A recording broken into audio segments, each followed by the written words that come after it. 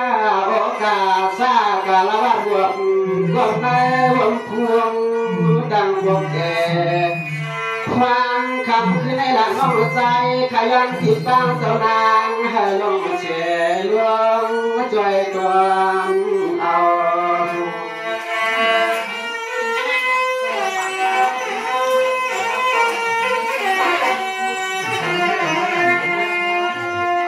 ทำใน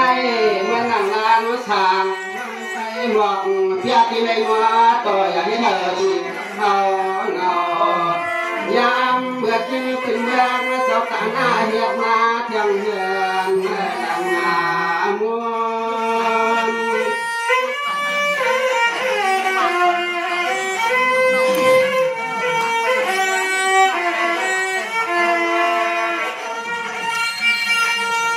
ไม่มอคันไม่มอข้าตัวโตกาให้เปลี่ยนความสั่งว่าจนนั่งรักวันนับสวดลองเลยบ่แค้นตัวเจ้านางเจ้าไอ้น้อดองสวดให้หลวงชวน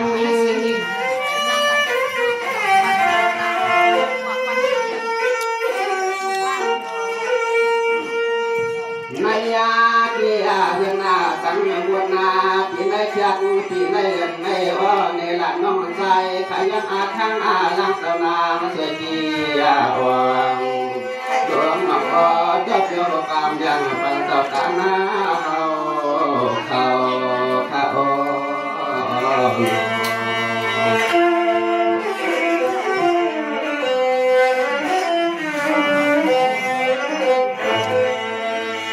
สว่างในปีว่าทักว่าเฮ็ดถึงความผ่านมากาเจ้าตาหน้าเฮือนมา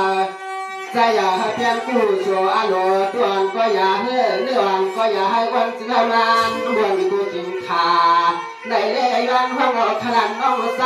เข้ามาห้องความมังกาลาในแต่เฮืองสูงในแต่เฮืองสูงน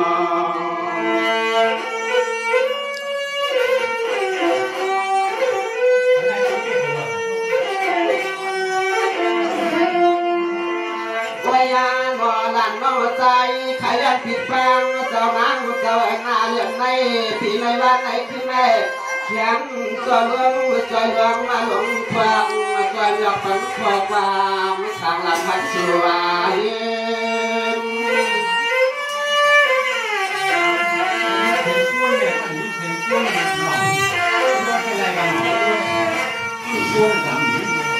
วยานบ่ขึ้นมานี่ยังอาคังอาลังเจ้านางเยาว์หน้าที่ไหลขึ้นไฟปันเจ้าตาหน้าเดือนหน้าดังไม่ในก็ในเธออย่าช่วยจีบังอ้อเจ้าหน้าเจ้าสิงาสว่างล้มใจอยากให้มันหน้ามองขนาด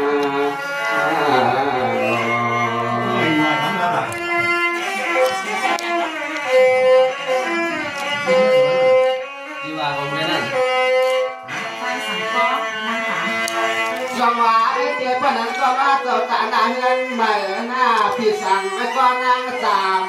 ด้วยโลหิตสั่งก็จึงให้บ่ได้ข้ามจามเพียงสัตว์เทก็รอเปียเจเข้าเงินอ่อนความเมื่อละน้องใจ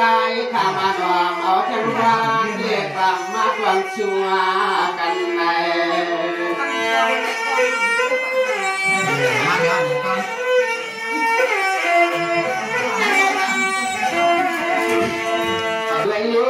พี่สั่งว่าเจ้าเพียงเจ้าหน้าป้าลืมแย่พี่นางจะไม่ลดความเอา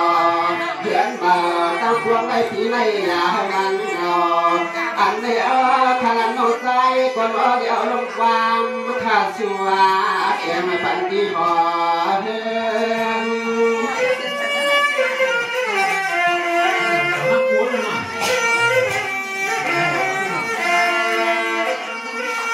ไม่รู้ว่าเปียน้อยเห็นสังก็ให้อาชุมากาจุนให้วางว่า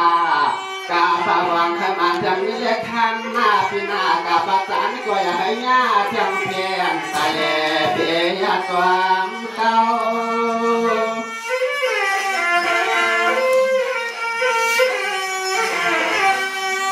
สุภาพเจ้าอ๋อนัวหลังน้องว่าเกลือว่ามาทำชัวลองดีลองฟัง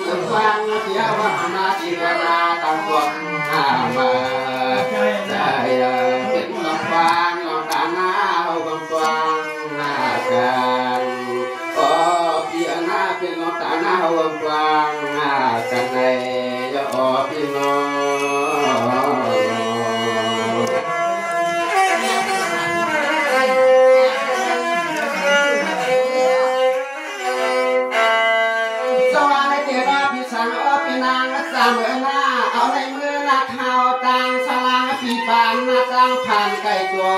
เสือโดวันนาขึ้นทะเลยังสุภลาตาลาเดสังขายาปัญหาปีอ้อสามต่างปีนางสามเขาเลยเปลี่ยนน้องไม่ใครตามทันนอ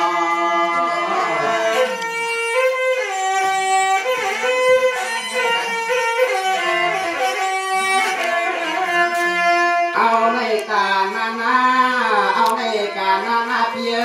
ลองยามไม่อยากให้มีลองลายสังอาเยี่ยมเมื่อขับเมื่อกาเลี้ยยันนาการก็อยากให้มีลองตาสังอาอันในอ้อน้องยังขยันไปชูชุดวางก็อ้อปีอ้อสามบาททำเมีหันขึ้นมา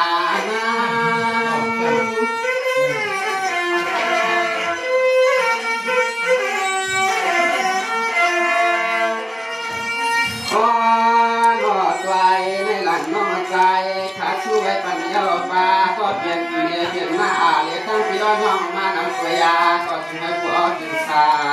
ยาเสือจับในตกในกาในฟังร้อนเดียร์มีลองเคียสังจึงหน้าในนายลองชื่อสายลองผู้หวังอย่างนี้ลองตังคำในคำใน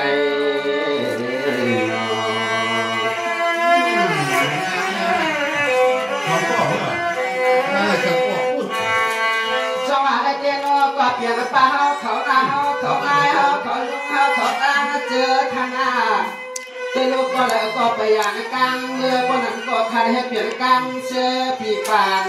ก็ลูกทำไอ้สองเสืออย่างนูลาน้องสุขใจยังเมื่อใจพยังยังเรียกที่เธอชายาก็มีหลานน้องใจขาดชิวามันกาลาเอาตะถุนเปิดทางถูนายกาตามาลา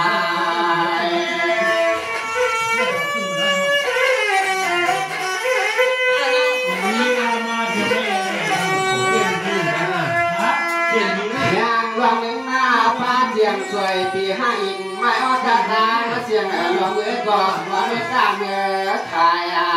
สิ่งให้อ้อมาลังก็ทวังเจ้าในบ้านสุดวางตาเสียงกูก็ยังอย่างเรามาเจอ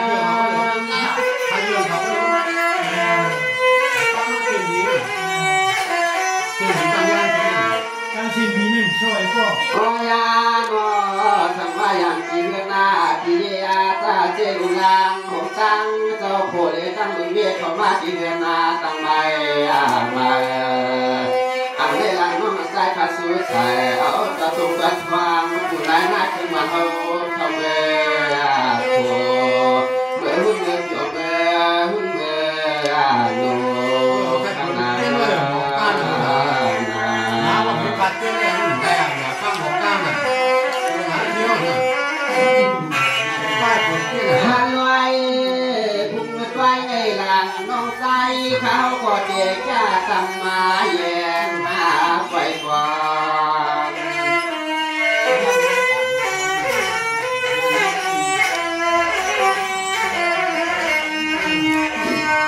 เชื่อมาวันลังสางของเขาก็น้องเด็กมันทำมันขันหน้าลอยโอ้พี่ว่าเจียมสดตาหน้าเจ้าเวทน้อยเด็กเขียนหันใจไม่เสียกัน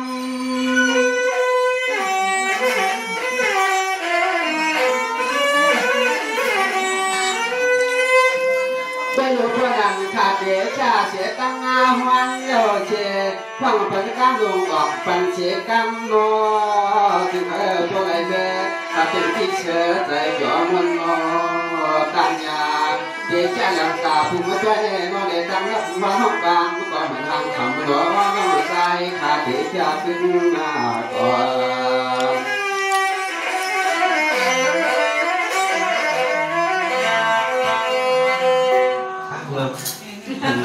เดี๋ยวมันจะละ